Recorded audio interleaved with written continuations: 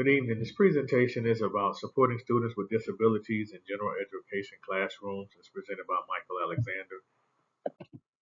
The scenario is inclusion of students with disabilities in general education classrooms is growing, but there are concerns about the adequacy of support services and teacher preparedness.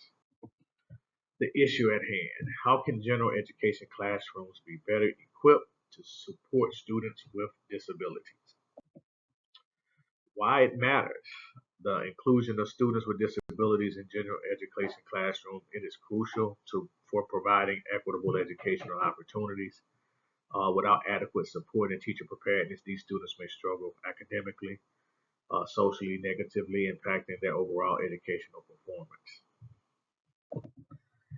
Who it affects. So it affects students, it affects educators, it affects school districts, it affects school leaders, and so basically it affects all individuals encompassed that are within the school setting. My position: I am an advocate for better support in general education classrooms to equip teachers with the skills and resources necessary to support students with disabilities. It includes enhanced teacher training, increased access to support services, and then the implementation of inclusive curriculum and improvements of administrative practices.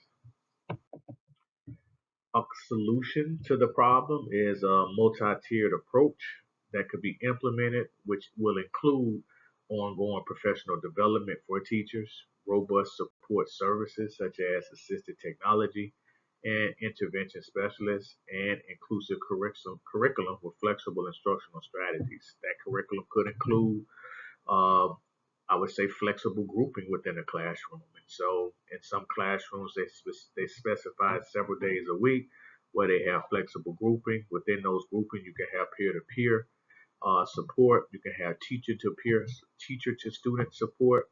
The groups could be heterogeneously structured and to allow for the teacher to be able to have a student who's stronger to maybe support a student that may be not as strong. And so, and then policies can be a definite solution. And so when we start talking about policies, we're going to look at classroom sizes. We're going to look at staffing models. Those are some of the solutions that would be I would say, a strong solution to be able to support the work that we're doing in this particular area. Why this solution is best? I just think training is key.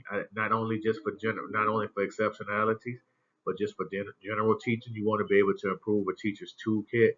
You want to be able to tailor support specifically to the need of the student. You want to be able to ensure that from the teaching practice perspective that you have inclusive teaching strategies that are standardized across the classroom, and then just some equitable processes within the learning environment to be able to enhance student engagement and overall academic achievement. Some potential challenges. So several potential challenges. Just resistance from educators who are not prepared for the inclusivity. And so that's a mindset piece. So being able to work with the mindset of the individuals because I may be comfortable with the way that I provide this instruction. And so to be able to add additional components to my toolkit may make me uncomfortable or may just stretch me. And so I have to be willing to be receptive to that stretch. Administrative or district support to provide the professional development opportunities to ensure teachers are prepared and are ready to address the needs of scholars. And so that's a potential challenge because just providing the time for professional development. And so that means, from a pacing standpoint, it may have to pull the teacher out several times over a term. And so, teacher may feel like I'm going to miss the pacing, particularly when you have standardized assessments. And that could, impact those areas. But I feel like if you align the professional development and professional learning throughout the school year, it's going to improve overall academic outcomes for students. And so the time that you lose within the classroom, you're still going to be effective because you're going to be able to come in with a toolkit of strategies to provide support. And then funding.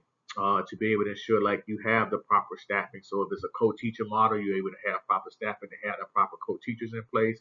If it's a class size structure and when you start looking at the class size, being able to maybe reduce class sizes to be able to not have 34 kids maxed out in the class with 10 maybe exceptionality students within that 34.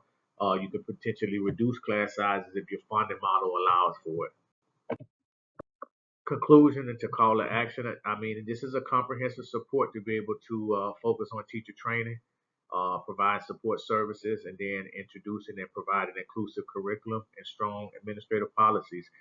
It can create learning environment where students thrive. I think that's the goal for all of us. That's the main goal, and we always talk about making the main thing the main thing. And the main goal in this particular matter is improving outcomes for students and to improve teacher practice. And so we have to align our policies, we have to align our time to be able to ensure that we are very inclusive and we're supporting all of the scholars that we serve.